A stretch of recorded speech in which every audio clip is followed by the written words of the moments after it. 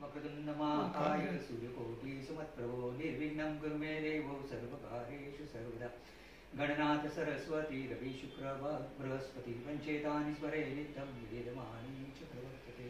गुरु ब्रह्मा गुरुर्विष्णु गुरुदेव महेश्वरा गुरु साक्षात् परब्रह्म तस्मै श्री गुरवे नमः।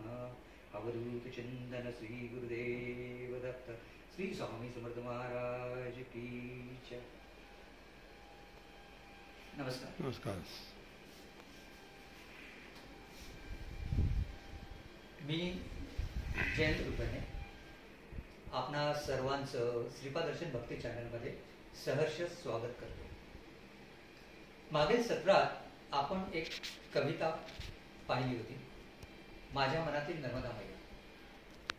ती कविता बहुतांशी लोकांना आवडली आणि सगळ्यांनी त्याला उत्तम प्रतिसाद दिला, याकरता मी आपल्या सर्वांचं मनपूर्वक आभार मानतो।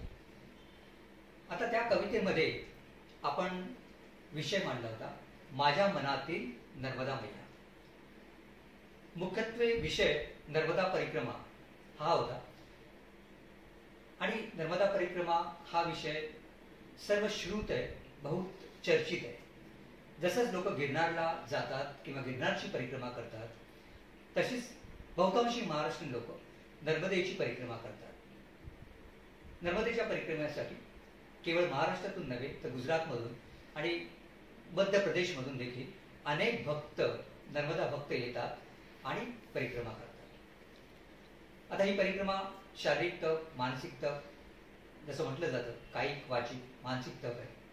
त्यामुळे आपल्या आपल्या क्षमतेनुसार काही जण ही पायी परिक्रमा करतात, तर काही जण स्वतःच्या वाहनाने करतात, तर काही ट्रॅव्हलच्या मार्फत 15-16 दिवसाची परिक्रमा करतात। आणि ज्यांना हे सर्व जमत नाही, केवळ शारीरिक क्षमता नाही, असे लोक एक गोड मानून नर्मदेची उत्तरवाहिनी परिक्रमा करतात, जी 3 दिवसाची असते, जी 1 दिवसामध्ये केली जाते। आता जसं म्हटलं, प्रत्येक जण जी परिक्रमा करतो किंवा ज्या काही तीर्थयात्रा करतात, तर कोणीही त्या तीर्थयात्रेची माहिती किंवा त्या परिक्रमेची माहिती फारशी न घेता त्या परिक्रमेला किंवा त्या तीर्थयात्रेला निघतात, असा विषय आपण मांडला होता। आणि ही परिक्रमा करताना याने केली त्याने केली म्हणून मी सुरू केली, अशा पद्धतीने ही परिक्रमा सुरू होते, मग ती पायी असो किंवा ती वाहनाने असो। तर आजच्या विषयामध्ये आपण बघणार आहोत, आजचा विषय आहे नर्मदा आख्यान। हा विषय मुद्दाम नर्मदा परिक्रमा सुसंवाद या विषयाखाली आपण या नर्मदा आख्यान यावर बोलणार आहोत, जेणेकरून आपल्याला या नर्मदेची संपूर्णपणे माहिती होईल। आता आपण थोडंसं फ्लॅशबॅक प्रमाणे आपल्या पूर्व काळात, पूर्व युगात जाऊया। जसं म्हटलं, आज आपल्याकडे भारत खंड आहे, आशिया खंड आहे, युरोप खंड आहे, अमेरिका खंड आहे। तर हे खंड विभाजन हे नंतर झालेले। पूर्वी ही फक्त पृथ्वी म्हणून होती आणि या पृथ्वीवर, या भूमीवर परमेश्वराने अवतार घेतला, अनेक संतांनी अवतार घेतला। आपल्याकडे राम अवतार आहे, कृष्ण अवतार आहे, वामन अवतार आहे, परशुराम अवतार आहे, अनेक अवतार सांगितलेले। तसेच अनेक संत आहेत, जसे माऊली आहे, तुकाराम महाराज आहे, एकनाथ महाराज आहे। अनेक संतांची ही भूमी आहे। असं म्हणता येईल ही भारत भूमी म्हणजे देवांची भूमी आहे, ही भारत भूमी म्हणजे संतांची भूमी आहे। म्हणजे इथे भक्तीचं बीज पेरलंय, भक्तीचं बीज पेरून त्याची जी फळं त्या वृक्षाला लागतात ते म्हणजे ज्ञान, आणि त्या ज्ञानातून, त्या ज्ञानरूपी वृक्षातून आपल्याला अखेर परोपकार कसा करायचा हे त्या वृक्षाकडनं, त्या निसर्गाकडनं आपल्याला जे शिकायला मिळतं, तेच या परिक्रमेमध्ये आपल्याला साध्य करायचं। आता हे जे वेद, आजचा जर आपण भारताचा पूर्व इतिहास बघितला तर आपल्याकडे हे जे वेद आले, हे वेद कुठून निर्माण झाले, तर हे भगवंताच्या निश्वासापासून निर्माण झाले। तर या वेदांच्या पासून ज्या श्रुती निर्माण झाल्या, ज्या सर्व ऋषींना दिसल्या, ऋषीने त्याचं लेखन केलं। तर या सर्व ऋषींमध्ये एक ऋषी म्हणजे महर्षी व्यास, ज्यांचं मूळ नाव कृष्णद्वैपायन।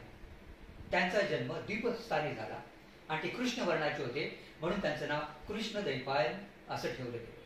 हे म्हणजे मूळ भगवंत विष्णूंचे अवतार। या व्यासांनी या वेदांचं सरळ सोप्या भाषेत 4 भागात विभाजन केलं, म्हणून त्यांचं नाव वेदव्यास ऋषी असं पडलं. या 4 वेदांपैकी पहिला वेद म्हणजे ऋग्वेद, दुसरा यजुर्वेद, तिसरा सामवेद आणि चौथा म्हणजे अथर्ववेद. ऋग्वेदाची शिक्षा त्यांनी आपला शिष्य पहिलं याला दिली. यजुर्वेदाची शिक्षा त्यांनी वैशंपायन नावाच्या शिष्याला दिली. सामवेदाची शिक्षा त्यांनी आपला शिष्य जेमिनी यास दिली. आणि चौथा वेद अथर्ववेद तो आपला सुमंतू नावाच्या शिष्यास दिला. आणि मग तो त्यांच्यापासून अनेक ऋषींपासून अनेक जना त्याचा प्रचार आणि प्रसार होत गेला. अशा या वेदांचं 4 विभाजन करणारे महर्षी ऋषी वेदव्यास यांनी 18 पुराण लिहिली. या 18 पुराणापैकी एक पुराण जे स्कंद पुराण नावाने ओळखलं जातं, या स्कंद पुराणात अवंती खंडातील रेवा खंड म्हणजेच नर्मदा पुराण होते. यात महर्षी व्यासांनी नर्मदेची उत्पत्ती, ही नर्मदा कोण, ही कशी उत्पन्न झाली, तिच्यात किनारी कुठली कुठली तीर्थस्थाने आहेत, या संपूर्ण गोष्टीची माहिती, तसेच ही परिक्रमा का महत्वाची, ही परिक्रमा का आणि कशासाठी करायची, याचा संपूर्ण संदर्भ उल्लेख त्यांनी या नर्मदा पुराणमध्ये केलेला आहे. तर हे जे नर्मदा पुराण आहे, जे स्कंद पुराणात आलेले आहे, हे स्कंद पुराण प्रथम भगवान शिवानी वायूस सांगितलं. आणि वायूने ते स्कंदास म्हणजे कार्तिकेयास याचं वर्णन केलं. आणि त्यांच्याकडून ते मार्कंडेय मुनींना ज्ञात झालं. आणि मग पुढे याचा त्यांच्या शिष्यांच्याकडे याचा प्रचार आणि प्रसार झाला. तर आजचा जो आपला विषय आहे नर्मदा आख्यान, ते नर्मदा आख्यान या स्कंद पुराणातील अवंती खंडातील रेवा खंड काय आहे, ते नर्मदा पुराण काय सांगतं, या विषयाकडे आपण बोलूया. जेणेकरून आपणास ही माहिती मिळेल की ही नर्मदा कोण, ही कुठून आली, हिची उत्पत्ती कशी झाली,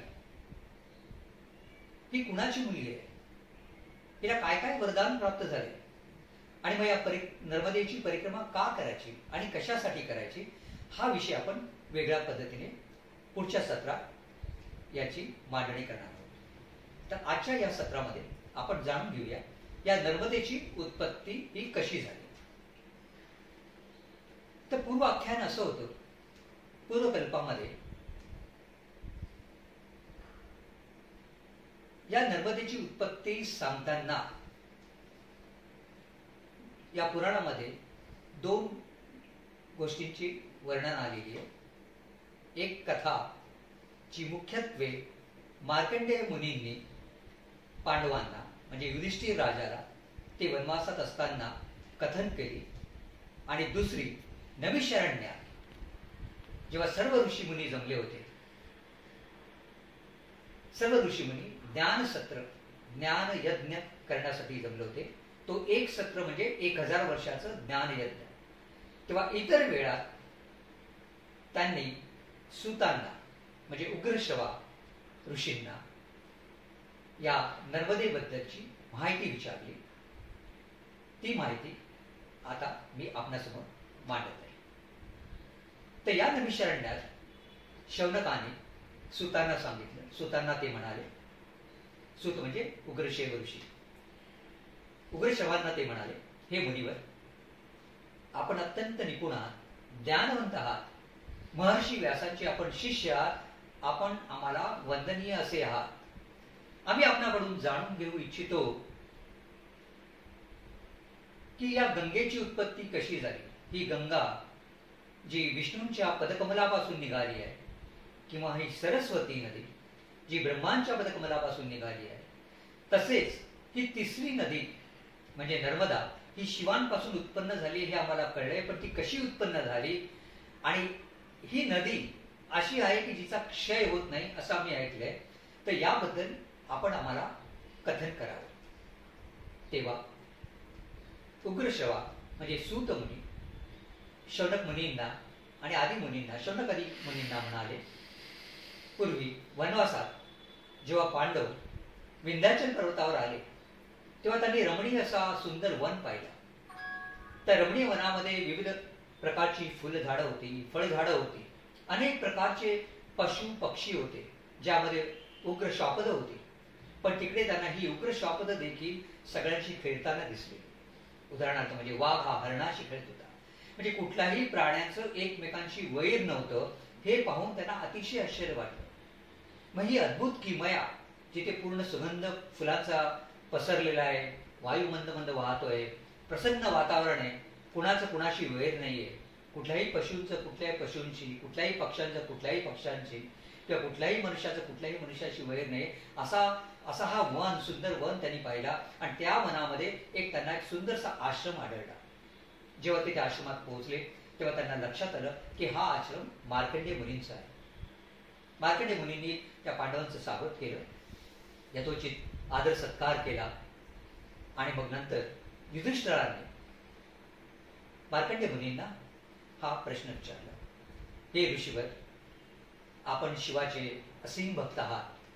शिवकृपेने आपण चिरंजीवात, 7 कल्पांचा जरी क्षय झाला तरी आपण चिरंजीवात, आपण तो 7 कल्पांचा क्षय आपल्या डोळ्यांनी आपण पाहिला. तो 7 कल्पांचा क्षय देखील आपण आम्हाला कथन करावा.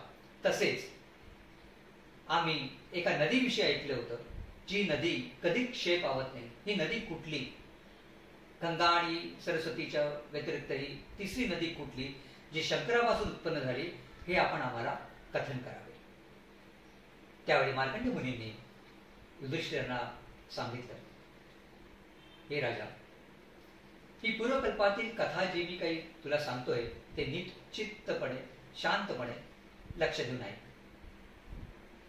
पूर्वकल्पामध्ये भगवान शिवाने विंध्याचल पर्वतावर म्हणजे वृक्ष पर्वतावर कठोर तपस्या केली. आणि या तपस्येचं उद्दिष्ट एकच, सर्व जनतेचं, सर्व समाजाचं कल्याण व्हावं याकरता शिवांनी ही तपश्चर्या केली.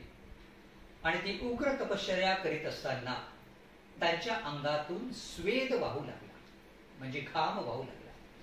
आणि त्या स्वेदाने पूर्ण विंध्याचल पर्वत म्हणजे वृक्ष पर्वत हा ओला झाला. आणि त्यातून एक सरिता निर्माण झाली, म्हणजे एक नदी निर्माण झाली. हा पर्वत जेव्हा आर्द्र झाला आणि सरिता त्या आर्द्रतेतून निर्माण झाली, तेव्हा त्या सरितेने प्रथम बालक रूप धारण केलं. आणि त्या कृतयुगामध्ये म्हणजे सत्ययुगामध्ये बालिकेचं रूप धारण करून ते अनेक वर्ष भगवान शिवांची कठोर तपश्चर्या केली. आणि भगवान शिव आपल्याला माहिती आहे, अत्यंत दयाळू आहे.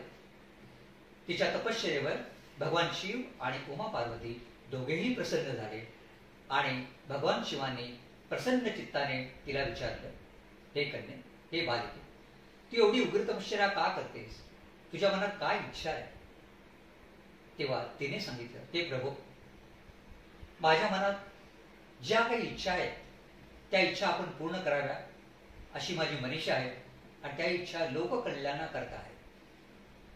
म्हणजे कुठली इच्छा आहे? तर प्रथम इच्छा तिने बोलून दाखवली, 7 कल्पांचा जरी क्षय झाला तरी माझा क्षय होऊ नये, मी सदैव अक्षय राहावे असा आपण मला वरदान द्यावा. भगवान शिवानी सांगितलं, हा वरदान देणं अवघड, कारण पृथ्वीवरील कुठलीही गोष्ट जी उत्पन्न होते आणि जिची स्थिती असते तिचा संवाद किंवा तिचा लय हा होतोच. जसं श्रीमद भागवतात सांगितलेलं आहे. श्रीमद भागवतातील चतुश्लोकी भागवत जर आपण बघितलं तर त्याच्यामध्ये भगवंतांनी जेव्हा ब्रह्मदेवानं हा चतुश्लोकी भागवताचं श्लोक सांगितला, त्या श्लोकामध्ये त्यांनी वर्णन केलं की या जगाची उत्पत्ती होण्यापूर्वी मीच होतो, या जगाची स्थिती देखील मीच करतो. म्हणजे या जगामध्ये, या चराचर सृष्टीमध्ये जे काही व्यापकत्व आहे ते मीच त्याच्यात समाविष्ट आहे. आणि याचा जेव्हा लय होतो तेव्हा जे काही होतं ते मीच आहे. तर त्यामुळे असं म्हणता येईल की हा वर देणं फार अवघड आहे, असं भगवान शिवाने तिला सांगितलं. त्यावेळी ती म्हणाली, सगुण रूपात नाही तर निर्गुण रूपात तरी हा वर प्राप्त होऊ शकतो ना? त्या भगवान शिवाने सांगितलं, हो, हरकत नाही.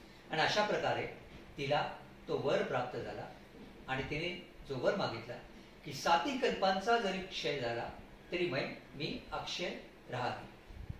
त्यानंतर तिने सांगितलं, जसं गंगा ही भारतामध्ये प्रसिद्ध आहे तसंच मी दक्षिण गंगा या नावाने प्रसिद्ध व्हावं.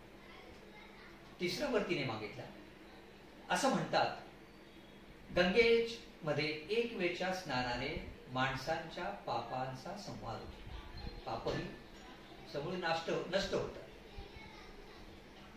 तर गंगेमध्ये एक वेळा, सरस्वतीमध्ये 3 दिवस स्नान केल्याने, तर यमुनामध्ये 7 दिवस स्नान केल्याने आपल्या पापांचा नाश होतो. एक लक्षात घ्या, पापांचा नाश होतो याचा अर्थ असा नाही की सगळी पाप नाश पावली आता आपण पुढची पाप करायला मोकळे झालो. भाव असा आहे की त्याच्यामुळे मनाला, चित्ताला पवित्रता येते, तुमच्या मनामध्ये भक्ती रुजते, तुम्हाला संत संगती लागते, सत्संग लागतो, त्याच्यातून ज्ञानाची प्राप्ती होते, ज्ञानातून भक्ती बळास वाढते, भक्तीला जोर येतो, भक्ती प्रफुल्लित होते आणि त्या भक्तीतून तुम्हाला मग नाम संकीर्तन, मग नवविधा भक्ती म्हणा, अष्टांग योग म्हणा, अशा प्रकारे तुम्ही तुमच्या इष्टदेवतेशी अनुसंधान मानता आणि तुमच्या स्वतःचा आध्यात्मिक उद्धार होतो असं म्हणता येईल. तर तिने सांगितलं, नर्मदेने सांगितलं की गंगेमध्ये एक वेळा स्नान केल्याने, सरस्वतीमध्ये 3 दिवस स्नान केल्याने आणि यमुनामध्ये 7 दिवस स्नान केल्याने जे पुण्य लाभतो, जो पापांचा क्षय होतो, तर माझ्या केवळ दर्शनाने लोकांच्या पापांचा क्षय व्हावा. भगवान शिवाने तथास्तु म्हटलं. तिने आणखी एक वर मागितला, माझ्यातील प्रत्येक कंकर म्हणजे दगड, प्रत्येक कंकर हा शिवस्वरूप हो. आता जर तुम्ही नर्मदेच्या किनारी गेलात तर तुम्हाला तिकडे तांबडे गणपती मिळतील, तुम्हाला शाळीग्राम मिळेल, तुम्हाला शिवलिंग मिळतील. बाकावा नावाचं गाव आहे जिकडे शिवलिंगाची मोठी फॅक्टरी. तर भगवान शिवानी पण तथास्तु म्हटलं. याचा अर्थ असा की नर्मदेच्या किनारी जर तुम्हाला तांबडे गणपती मिळाले, म्हणजे गणपतीची मूर्ती मिळाली, शिवलिंग मिळालं किंवा शाळीग्राम मिळाला, तर तुम्हाला त्याची वेगळी प्राण प्रतिष्ठा करावी लागत नाही. तुम्ही ते देवात ठेवून देवपूजेला ती देवपूजा करू शकता, तिची पूजा करू शकता. हा त्याचा भावार्थ आहे. त्यांच्या तिने सांगितले की माझ्या किनारी ज्यांना मृत्यू येईल त्या लोकांना शिवलोक प्राप्त हो. असे अनेक वर तिने मागितले. त्यावेळी भगवान शिव प्रसन्न झाले आणि त्यांनी सांगितलं आणि तिने भगवान शिवांना पण विनंती केली, प्रार्थना केली की आपण पण माझ्यामध्ये आपल्या पंचगणासह, पंचायतनासह समाविष्ट व्हा. मग भगवान शिवाने सांगितलं, मी तुझ्यामध्ये समाविष्ट राहील. तुझ्या दक्षिण तटावर मी माझ्या गणांसहित आणि पितरांसहित वास करेन आणि तुझ्या उत्तर तटावर सर्व देव, गंधर्व वगैरे सगळे ते उत्तर तटावर वास करतील. अशी पूर्वयुगातील ही कथा आहे. तर उत्तर तटावर सर्व देवकार्य केली जातात, दक्षिण तटावर सर्व पितर कार्य केली जातात. आता ह्या कल्पामध्ये जी उदाहरण दिलं तिथे नर्मदेने असा वर मागितला आणि भगवान शिवाने असा वर दिला.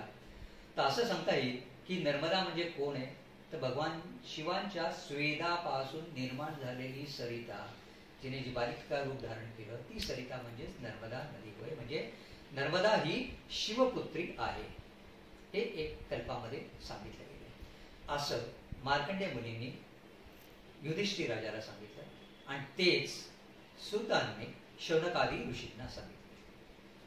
पण दुसऱ्या कल्पामध्ये असं सांगितलं जात आहे की भगवान शिव आणि पार्वती यांच्या क्रीडेतून जो स्वेद निर्माण झाला, त्यातून परमात्म्याने एक सुंदरशी बालिका निर्माण केली आणि ही बालिका विविध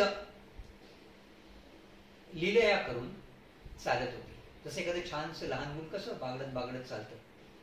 नर्मदेचं जर सगळं रूप बघितलं असेल तर अमरकंटकच्या ठिकाणी ती एका छोट्याशा असं म्हणता येईल की छोट्याशा झरोच्या स्वरूपात किंवा ओहोळ्याच्या स्वरूपात ती निर्माण होते आणि हळूहळू ती विशाल रूप धारण करून, महाकाय रूप धारण करून अंतिम सागराला मिळते.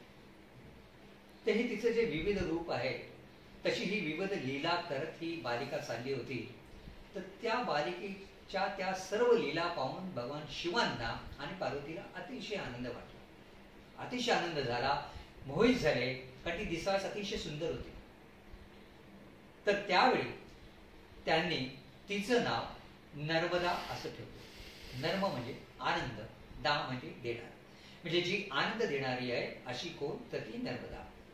ही बालिका इतकी सुंदर होती, इतकी तेजस्वी होती की हिचं रूप पाहून सगळ्या युगामध्ये, सगळ्या लोकांतील म्हणजे ब्रह्मलोक, विष्णुलोक, पाताळ लोक, सर्व लोकातील देव, गंधर्व, यक्ष, किन्नर सर्व तिच्यावर मोहित झाले आणि सर्वांनी तिला प्राप्त करण्याची इच्छा दर्शवली. सर्वजण भगवान शिवाकडे आले आणि शिवांना आपली इच्छा त्याने बोलून दाखवली.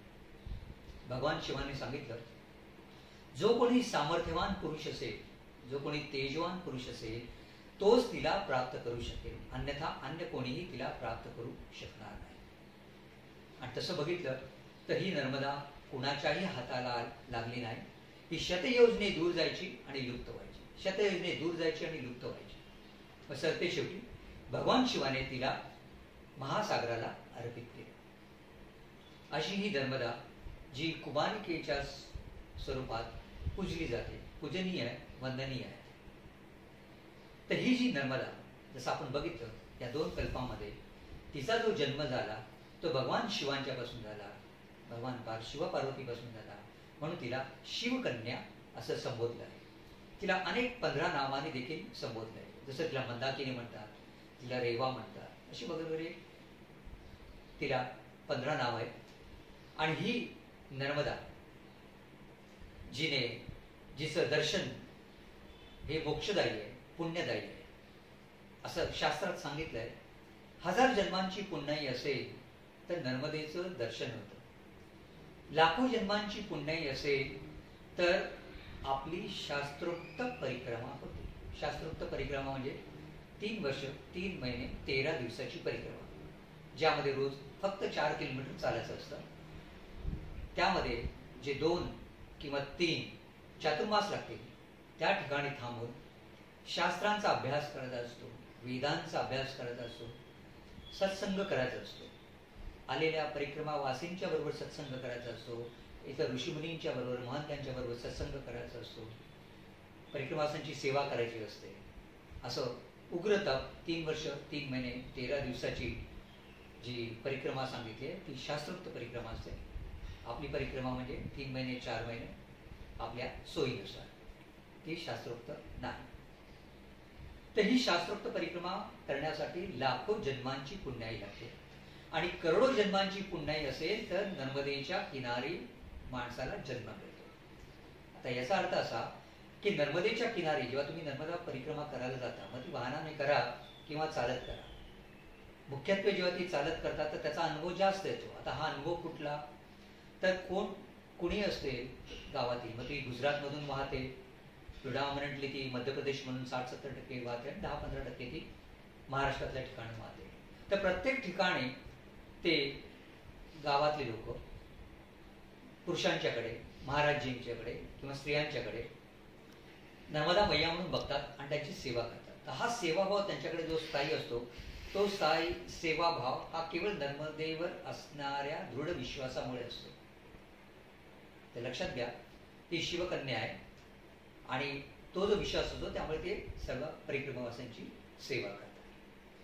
तर ही पूर्ण कथा मार्कंडेय मुनींनी राजा युधिष्ठिरला सांगितली आणि तीच कथा नैमिषारण्यात सुतांनी शौनकादी ऋषींना सांगितली. आता या कथेमध्ये आपण बघितलं की कन्येने, नर्मदेने खूप वर्ष तपश्चर्या केली होती आणि त्यात तिच्या तपश्चर्यावर भगवान शिव प्रसन्न झाले आणि तिने जे अनेक वरदान मागितले त्या वरदानामुळे हे जनकल्याणार्थ तिने वरदान मागितले. लक्षात घ्या, तिने जे काही मागितलं हे सर्व कल्याणासाठी मागितलं आणि ते लक्षात घेऊन भगवान शिवांनी तथास्तु म्हणून तिला ते वरदान दिलं. आता ही ज्या आपल्या विविध 7 नद्या आहेत, तसं आपण म्हणतो गंगेच्या किनारी जी तीर्थस्थाने आहेत, कणखल आहे, हरिद्वार आहे, काशी आहे, प्रयाग आहे, गया आहे, जिकडे पुण्यांचा संचय होतो, पापाचा नाश होतो, गंगेमध्ये स्नान केल्याने. यमुनेच्या किनारी जर बघितलं, वृंदावन, मथुरासारखी ठिकाणं आहेत जी यमुना नदी म्हणजे भक्तीचं एक माध्यम आहे, असं म्हणता येईल की भक्ती दर्शवते. सरस्वती विद्या रूपात आहे. तर त्याचप्रमाणे ही नर्मदा नदी ही वैराग्य रूपात, म्हणजे ती काय प्रदान करते, तर मनुष्याला वैराग्य प्रदान करते. तर तुम्ही भगवान शिवाची भक्ती केली, आराधना केली, तर तुम्हाला सरतेशेवटी काय मिळणार, वैराग्य मिळणार. ते एक लक्षात घ्या. नर्मदेची परिक्रमा केल्यानंतर माणसाला काय मिळतं, सदाभार आनंद मिळतो. का आनंद मिळतो, तर नर्मदेच्या किनारी अनेक तीर्थ आहेत. ती तीर्थ कुठली काय ते आपण पुढच्या सत्रात बघू. पण सांगायचा हेतू हा आहे की त्या तपोभूमीमुळे, कारण नर्मदेच्या किनाऱ्याला तपोभूमी म्हटले, आनंदभूमी म्हटले, परमानंद भूमी म्हटले, तिथे चित्तामध्ये आनंद प्रस्थापित होतो, चित्ताची शुद्धता होते. जेव्हा तुम्ही नर्मदेच्या किनाऱ्यावरून चालतात तेव्हा त्या असणाऱ्या सूक्ष्म रूपात असणाऱ्या ऋषींची तेज ऊर्जा तुम्हाला मिळते, तपाची तपो ऊर्जा तुम्हाला मिळते, तुमच्या चित्ताला शुद्धी होते. चित्ताला शुद्धी लाभल्याने तुझं मन प्रसन्न होतं, आनंद होतो, आणि तो आनंदाची डोळी, आनंद तरंग हा अनुभव तुम्हाला तिथे येतो. आणि हळूहळू तुम्हाला ती नामस्मरणाची गोडी लागते, संत संगती लागते, मग थोडंसं तुम्हाला ज्ञान मिळतं. ज्ञान म्हणजे जसं आपण म्हणता येईल की आपण म्हणतो ना, जे का आपण अंतरंगात आहे आणि बहिरंगात आहे, बहिरंगातून अंतरंगाकडे, म्हणजे बहिर्मुखातून तुम्ही अंतर्मुख होता, आणि मग तुम्हाला तुमच्या स्वरूपाचं ज्ञान होतं, परमेश्वराचं ज्ञान होतं, तुमच्या स्वरूपाचं ज्ञान होतं, मैयाचं ज्ञान होतं, आणि त्या ज्ञानातून तुमची भक्ती उदयास होते. आणि ती भक्ती तीव्र स्वरूपात जेव्हा ती रूप घेते, स्वरूप घेते, तेव्हा ती तुमच्या चित्तातून प्रेमदृष्टीने बाहेर पडते, आणि तुमची तळमळ लागते. नर्मदेचं दर्शन व्हावं, आपल्या इष्टदेवतेचं दर्शन व्हावं, आणि सर्व सद्गुरू कृपेने होतं. लक्षात घ्या, अहंकार सगळं त्यागावं लागतं. हे सगळं सद्गुरू कृपेने, नर्मदा मैयाच्या कृपेने, तुमच्या गुरूंच्या कृपेने किंवा इष्टदेवतेच्या कृपेने हे सर्व गोष्टी होतात. आणि सरते शेवटी माणसाला चित्तामध्ये आनंद लागतो, आणि मग आपण म्हणू शकतो, हो, माझी परिक्रमा ही आनंददायी झाली. तर आता आपल्याला सर्वांना लक्षात आलं असेल की परिक्रमा करण्यापूर्वी प्रथम जाणून घेणं जरुरीच आहे की ही नर्मदा कोण, हा विषय आपल्यासमोर मांडण्यात आला. कारण जसं म्हटलं जातं की विविध प्रकारची ऋण असतात, विविध प्रकारचे यज्ञ असतात. जसं आपण म्हणतो की आपल्या माता पित्यांच्या विषयी आपलं एक ऋण असतं, ते ऋण आपल्याला फेडावं लागतं. अर्थात मातेचं ऋण हे कधीच फेडलं जात नाही, लक्षात घ्या. पण माता पित्यांचं ऋण जे फेडलं जातं त्याला एक यज्ञ म्हटलं जातं. तर तो जो यज्ञ असतो, तो यज्ञ म्हणजे काय करतो आपण, यज्ञ म्हणजे एक प्रकारचं आपण कर्म करतो. तसं तीन गोष्टी आहेत ज्याच्यावर संपूर्ण गोष्टी आधारित आहेत. जसं आपण म्हणतो भक्ती, ज्ञान आणि वैराग्य. भक्ती म्हणजे उपासना, ज्ञान आणि वैराग्य या तीन फळ्यांवर हे संपूर्ण जीवनाचा सांगाडा किंवा जीवनाचा असं म्हणता येईल. जसं आपण म्हणतो ना, एखादा मनोरा उभा असतो, तसा हा मनोरा या तीन खांबांवर उभा असतो, भक्ती, ज्ञान आणि वैराग्य. तर आपण जो यज्ञ करतो, मातृण पितृण फेडण्याकरता जो यज्ञ केला जातो, तो यज्ञ म्हणजे कुळ परंपरेप्रमाणे ज्या गोष्टी असतात त्या तुम्हाला पुढे न्यायच्या असतात, त्याप्रमाणे तो यज्ञ होतो. त्याप्रमाणे तुम्ही आचरण केलं, कर्म केलं, तर तो यज्ञ सफल झाला असं म्हणता येईल. दुसरा यज्ञ असतो भूतयज्ञ, म्हणजे प्रत्येक प्राणी मात्रावर भूतदया दाखवावी. जेव्हा तुम्ही नर्मदा परिक्रमा करतात तेव्हा तुम्हाला निसर्गाचं वैविध्यत्व दिसतं, विविध प्रकार दिसतं, विविध रूपात तो दिसतो. नर्मदा मैया विविध रूपात तुम्हाला दर्शनास पडते. तर तिच्या किनारी असणारी अनेक भूत मात्र, मग ती कोणी असो, कीटक असो, मुंगी असो, कोण असो, कोणीही पायाखाली येत नाही, कोणी कोणाची हत्या होत नाही. तर प्रत्येक भूतमात्रावर जी दया दाखवली जाते, तो भूतयज्ञ तुम्हाला करावा लागतो. थोडक्यात म्हणजे तुम्हाला दया ही तुमच्या अंतर्गत उपजावी लागते. ती केव्हा उपजते, जेव्हा तुमच्यात भक्तीचा निर्माण होतो तेव्हा दया आपोआप येते, नाहीतर तशी दया येत नाही. आणि जसं सांगितलंय की पूर्वी युग वेगळी होती. आपण जर सत्ययुगात बघितलं, सत्ययुगात सगळे लोक तप करत होते, तपश्चर्या फार महत्वाची होती. त्या सत्ययुगात प्रत्येकाचं आयुष्य फार मोठं होतं. लोकांचे आयुष्य म्हणजे किती वर्षानुवर्ष होती, म्हणजे असं म्हणता येईल की 10,000 वर्ष असतील आणि 10,000 वर्ष त्यांनी तपश्चर्या केली. त्याच्यानंतरच्या त्रेतायुगामध्ये जिथे राम अवतार झाला, त्या त्रेतायुगामध्ये यज्ञाला फार मोठं महत्व दिलं गेलं. त्यामुळे विष्णू, यज्ञ हा भगवान विष्णुरूपी आहे, ते यज्ञाला महत्व दिलं गेलं. ते सर्व कर्म हे यज्ञरूपी केले जात होतं. द्वापार युगामध्ये जे भगवंतांचा अवतार झाला तर त्या भगवंतालाच लोक पूजत होते. आणि कलियुगात तर सगळे लोकच पावलं. कलियुगात जे मुख्यत्वे धर्म लोक पावला, सत्य लोक पावलं, दान लोक पावलं, त्याग लोक पावला, अहिंसा लोक पावली, या सगळ्या गोष्टी लोक पावल्या. मग कलियुगात काय महत्वाचं आहे? जसं कलियुगात असं म्हटलं जातं, दत्तात्रय महाराजांची भक्ती करावं. दत्तात्रय महाराज कलियुगात पुष्कळशी लोक त्यांची भक्ती करतात. किंवा आपल्या अनेक संतांनी सांगितले, गोंदवलेकर महाराजांनी सांगितले, नाम संकीर्तन करा, नाम स्मरण घ्या. मग कुठल्या इष्ट देवतेचं असो, मग दत्तात्रय महाराजांचं नाव असो की रामाचं नाव असो की आणखी कुठल्याही देवताचं नाव असो, ते नाम संकीर्तन फार महत्वाचं. तर हा जो यज्ञ आहे तो यज्ञ करावा लागतो. तो यज्ञ म्हणजे कुठला? देवयज्ञ. जसं भूतयज्ञ आहे, जिथे प्रत्येक भूत प्राणाविषयी दया वाटली पाहिजे, माणसाबद्दल थोडक्यात माणुसकी वाटली पाहिजे, तेव्हा तो भूतयज्ञ होतो. देवयज्ञामध्ये ह्या सर्व देवाच्या ज्या काही आपण कर्म करतो, पूजा उपचार, इतर षडोपचार जी पूजा करतो किंवा यज्ञ करतो वगैरे वगैरे, या सगळ्या गोष्टी देवयज्ञामध्ये समाविष्ट आहेत.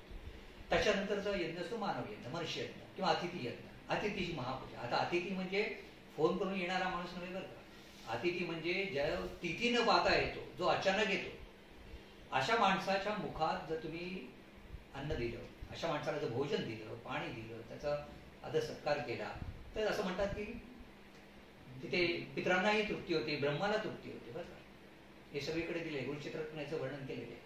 अतिथी देवो भव आपण म्हणतो ना, तर असा अतिथी यज्ञ मनुष्य यज्ञ असतो, म्हणजे माणुसकी नावाचा, माणुसकी जपण्याचा. आणि शेवटचा यज्ञ असतो ज्ञान यज्ञ, म्हणजे ऋषींचं ऋण कसं फेडायचं. तर ऋषींनी जे काही ऋचा दिल्या आहेत, जे काही ग्रंथ लिहिले आहेत, जे काही पुराण लिहिले, त्या सगळ्यांचा अभ्यास करणं, आपल्या गुरूंच्याकडनं ज्ञान संपादन करणं, ज्ञान संपादन केल्यानंतर त्याचा अभ्यास करणं, ते ज्ञानार्जन करणं, त्याचं मनन करणं, चिंतन करणं, ते आपल्या विचारसरणीमध्ये उतरणं, त्याचं अनुसरण करणं.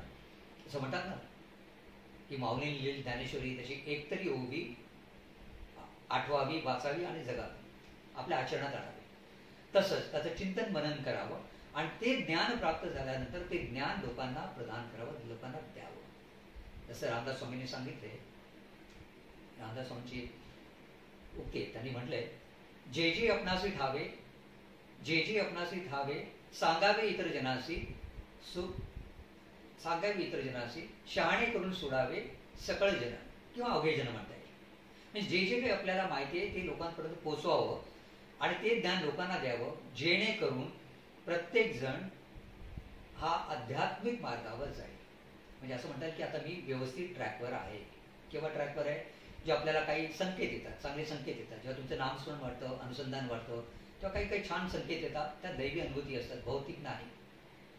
तर ह्या नर्मदा परिक्रमेमध्ये जर तुम्ही हे सगळं अनुसंधान बांधलं, हे सगळं जाणून घेतलं की नर्मदा कोण आहे, बरोबर, हिची भक्ती कशी करायची, हिच्याशी अनुसंधान कसं बांधायचं, ही वैराग्याची देवता आहे, म्हणजे मला काय प्राप्त पाहिजे, मला काय इच्छा करायला पाहिजे, भौतिक इच्छा नाही. उत्तरवाहिनीमध्ये पण कित्येक ताई आहे की म्हणतात मला ताक प्यायला मिळाला नाही, बघूया मैया ताक देते का. कोणी म्हणतात मला जिलेबी खायची, कोण म्हणतात मला श्रीखंड खायचं आहे, कोण म्हणतात मला गोड पप्पांना खायचं आहे, कोण काय काय इच्छा करतात भौतिक, आणि मग मैयाची परीक्षा बघतात की मैया मला देते का. एक लक्षात घ्या, ती वैराग्याची देवता आहे, ती त्याकरता बसलेली नाही आहे. हां, एक मात्र नक्की आहे की नर्मदा मैया कुणाला उपाशी ठेवत नाही, पण याचा अर्थ असा नाही की तुम्ही काही मागा नर्मदा मैयाची परीक्षा बघा. एक लक्षात घ्या, ती वैराग्याची देवता आहे, त्यामुळे कोणाकडे काय मागावं हे फार महत्वाचं आहे. जर तुम्हाला एका कल्पवृक्षाच्या खाली जर बसवलं, एक गोष्ट होती, एक व्यक्ती होता कल्पवृक्षाखाली बसला होता, त्याला माहित नव्हता हा कल्पवृक्ष आहे. बसता बसता त्याच्या मनात विचार आला, वा वा वा, काय छान सावली, काय छान हवा सुटली, काय छान गारवा आहे. आता इथे छानसं जर पलंग मिळाला असता तर मला त्याच्यावर आडवा आला असतो. असं म्हटलं ना म्हटलं लगेच पलंग आला बघा. आता पलंग आला तर त्याच्यावर बिछाण आला पाहिजे, सुंदरशी मऊशी गादी असली पाहिजे, फार छान वाटेल. असं म्हटल्यावर लगेच मऊशी गादी आली, लगेच गादीला टेकून बसला. बसता बसता विचार करायला, अरे वा छान, आधी आराम केला, आता छान वाटतंय, आता फार छान सगळी तहान लागली, थोडंसं पाणी मिळालं तर बरं वाटतं, तेवढं एक पाणी मिळालं. नंतर त्याला वाटायला थोडीशी भूक लागली, काय छान पप्पांना जेवायला मिळालं तर फार बरं वाटेल. असं म्हणत नाही तर थोडं पप्पांना ताट पुढे आलं, छानसं जेवला, अगदी पोटावर हात फिरवला, आता म्हणे आता शांत झोपतो, असं म्हणून आडवा पडला, शांत झोपायला गेला. पण लक्षात आला, अरे बापरे, मी जे जे मागितले ते मला मिळालं, काही गडबड तर नाही ना, काही ब्रह्मराक्षस तर नाही ना, काही भूत तर नाही ना, अरे भूत प्रगट झालं तर, आणि मला खाल्लं तर का, असं म्हणत नाही तर ब्रह्मराक्षस भूत प्रगट झालं बघा. सांगायचा हेतू काय, कल्पवृक्षाखाली बसल्यानंतर काय मागायचं याच्याकरता तुमच्याकडे विवेक बुद्धी लागते. जसं आपण म्हणतो 4 प्रकारचं अंतःकरण असतं, मन, बुद्धी, चित्त आणि अहंकार, असं म्हणून अंतःकरण असतं. हे सगळे चोर आहेत. त्यामुळे तुमच्या बुद्धीतला सारासार काय योग्य आणि अयोग्य याचा विचार म्हणजे विवेक बुद्धी. ही विवेक बुद्धी जर जागृत ठेवली तर तुम्हाला लक्षात येईल की या वृक्षाखाली मी जे बसलोय, जिथे मला सगळं मिळतंय, याचा आता हा कल्पवृक्ष आहे, त्यामुळे मला योग्य गोष्टीच मागायला पाहिजे. त्याच गोष्टी रूप मी तुम्हाला हे सांगू इच्छितो की त्या नर्मदा मैयाकडे, जी वैराग्याची देवता आहे, जी शिवपुत्री आहे, तिच्याकडे तुम्ही भक्ती आणि वैराग्य हेच फक्त मागा, जेणेकरून तुमचं उर्वरित आयुष्य हे सुखाचं जाईल, आनंदाचं जाईल.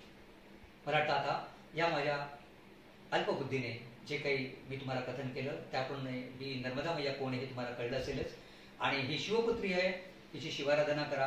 नर्मदेच्या किनारी चालताना नर्मदेचा जप करा, भगवान शिवाचा जप करा. आणि मुख्यत्वे मग तुम्ही उत्तरवाहिनी करा किंवा पायी परिक्रमा करा. मी पाहिलंय पण हे बहुत चर्चित आहे. प्रत्येकजण पळत सुटतो, कुठल्याही तीर्थस्थानी थांबत नाही, त्या देवतेचं तीर्थाचं महत्त्व जाणून घेत नाही, त्या संतांचं त्या मंदिराचं महत्त्व जाणून घेत नाही, त्यांचं वाङ्मय काय ते जाणून घेत नाही, बाकीच्या अनुभूती राहिल्या बाजूला. तर हे सर्व जाणून घ्यायचं असेल जेणेकरून मग तुमची परिक्रमा उत्तरवाहिनी असो, महानज्ञ असो, कशी असो, ती थोडीशी शास्त्रोक्त म्हणजे आपल्या मनाचं समाधान मिळण्याकरता आणि तो एक आनंद मिळण्याकरता व्हावी असं वाटत असेल तर पुढच्या सत्रामध्ये आपण तिच्या किनारी असलेल्या तीर्थांच्या बद्दल थोडीशी माहिती घेऊया. मग जी तीर्थ उत्तरवाहिनीमध्ये पडतात त्या तीर्थस्थानी तुम्ही जाऊ शकता. तर तुम्ही पायी परिक्रमा करत असाल अशी बहुतांशी तीर्थ आहेत, तर त्या तीर्थाचा थोडासा विचार आपण करूया. मग काही तीर्थांवर तुम्ही जाऊ शकता आणि त्या तीर्थाच्या दर्शनाचा, परमेश्वराच्या शक्तीचा असं म्हणता येईल की लाभ घेता येईल. ती शक्ती काय आहे, ती शक्ती तुम्हाला अनुभवता येईल. आणि असं म्हणतात ना, ज्याने त्याने अनुभवायचं असतं, ते हे सगळं तुम्हाला करता येईल. ते या सगळ्याची चर्चा आपण पुढील सत्रात करूया. आणि इथे बोलून मी माझ्या शब्दांना विराम देतो. आणि ही आजची सेवा नर्मदे मैयाच्या ठिकाणी आणि श्री स्वामी समर्थांच्या ठिकाणी आणि श्री गुरुदत्तांच्या चरणी आणि माझे गुरु शरदशास्त्री जोशी महाराज यांच्या चरणी मी समर्पित करतो. आणि इथेच मी प्रत्येकदा माझ्या शब्दांना विराम देतो. अवधूत चिंतन श्री गुरुदेव दत्त. नर्मदे हर नर्मदे हर. श्री स्वामी समर्थ महाराज की जय.